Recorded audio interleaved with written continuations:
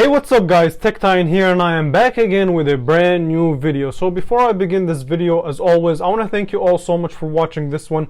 If you enjoy my content, make sure you leave a thumbs up. Also, make sure you subscribe to the channel. And yeah, thank you all so much for the support. I really do greatly appreciate it. My Instagram is also down below. If you have any questions for me, follow me there, ask me questions there.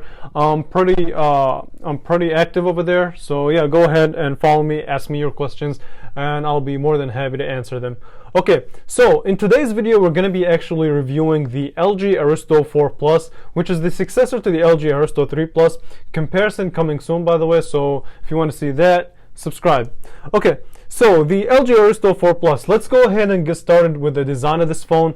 And right off the bat, the back of the phone is kind of reminiscent of the LG K40. If you guys are familiar with that, it looks exactly like the K40. So that's the kind of route that LG took with this design.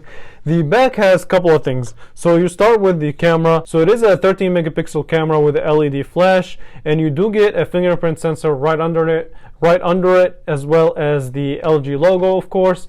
And on the right hand side you have your power button, and it is tactile and really clicky, so I appreciate LG for doing that. On the left hand side you have your volume up and down, as well as your Google Assistant button. So nice feature to add an extra button. So yeah, and now to the bottom, which it's going to be a little bit of a rant, but stay with me. So the bottom you have your speaker, your headphone jack, your microphone, all good there until you get to the micro USB, which is kind of one of the most disappointing things on this phone. So it is 2020. USB-C has been the move for a while now, and I'm surprised that a company like LG, even on their phones under $100, they haven't made the move to USB-C. And I'm pretty sure to manufacture and make it's just as cheap as micro USB. So I don't know where LG is going with this, but yeah, not a good move. LG knows better. So that's your little mini rant, if you will. Okay, so moving on. So the front screen is a 5.45 inch HD plus display. So LG, what they did is they shrunk down the bezels to accommodate this 18:9 aspect ratio, as well as to give you this near bezel-less look, even though there is a top and bottom bezel. But yeah, that's what LG decided to do. They want to be as modern as possible. However, that micro USB just ruins it. And on the front you also have your 5 megapixel front facing camera, and I'll talk a little bit more extensively on the camera. Also, as far as specs goes, it's not really impressive at all. So 16 gigabytes of storage, 2 gigabytes of RAM, and a 1.4 gigahertz quad core processor. So as far as performance go, let's go ahead and get started with the fingerprint. So the setup was not the greatest. This is probably one of the hardest fingerprints to set up. It kept constantly telling me that the fingerprint needs to be cleaned, even though it's shiny and it's not dirty at all. And when I was setting it up, stop moving your finger too quickly, you're moving to your finger too slow, move around. It was just a mess setting it up, but after you do get it set up, it works. It is slow, so it is a slow fingerprint reader, but overall it's there for security purposes, and if you need it, you got it. Okay, so, and also if LG could add a fingerprint sensor, they could have added USB-C. Just saying.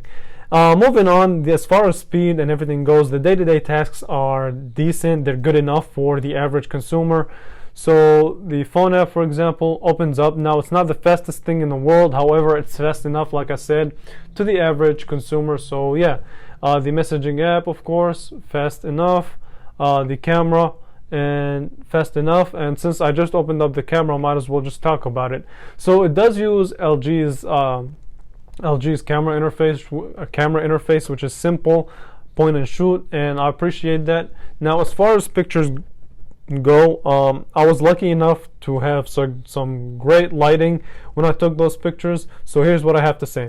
So if under great lighting conditions, this phone will do just fine. It will do good enough for you to grab pictures and post them on your social media. However, in this picture, for example, it kind of overexposes a lot of aspects on this picture. So for example, my hand, is just blown out. So yeah, but overall it just overexposes the picture. So keep that in mind. it's good enough to post, you can say that. The next picture is a test of the selfie camera, and the selfie camera is decent. Again, this was under great lighting condition. It does have this beauty effect, and again, it did blow out my face on the right hand side here, so I promise you my skin is not that pale. So yeah, keep that in mind. Overall, a decent picture to post. This next picture, I was trying to test out the focus, and it's not really that good. It kind of missed focus, but I kind of expected that on a phone at this price point.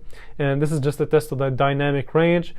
Poor dynamic range, again, expected. My expectations were not as high as if I was testing like the Stylo 5 or the A20.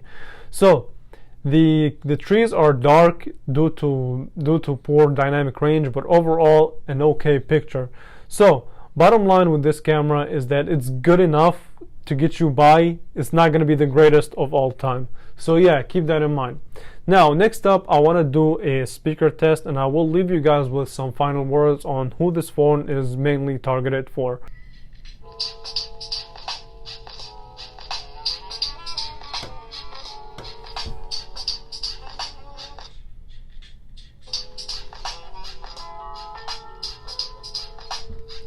Okay, so here's what I have to say about that speaker. So it's an okay speaker. You can definitely block it out with just one finger, but overall, it's a good enough speaker to again get you by. You also have a headphone jack if you want to use your headphones, but overall as a package, it's an okay phone. It's actually more than okay. Let me take that back. So as an overall package, this is a definitely usable smartphone that LG has made for people who are looking for phones under $100. And you might ask yourself, well, who are those people? Well, let me go ahead and give you kind of my list, and then you guys can judge it in the comments below. First, this phone goes out to parents who want to get their child their first phone, but they don't want to spend a lot of money. 2, this goes out for people who want a secondary phone. Again, they want to spend under $100. And 3 goes out to people who really don't care about phones and their features, so they just want to have a phone for the sake of having a phone. And yeah, you also get the double tap to wake and double tap to unlock, which actually is a smart feature, and I'm kind of surprised that not a lot of company implement it still in 2020. So yeah, the biggest pro of this phone is its display. The biggest con, and it's the fact that it has a micro USB still in 2020. And overall, like I said, a decent phone for money to quality of a smartphone. I think it hits a home run other than the micro USB. With that being said, I want to thank you all so much for watching this one. If you haven't subscribed, like I said in the beginning of the video, make sure you're a subscriber. I really do greatly appreciate anybody who subscribed to the channel. And yeah, thank you all so much for watching. I will catch you guys really soon in the next video. Thanks for watching.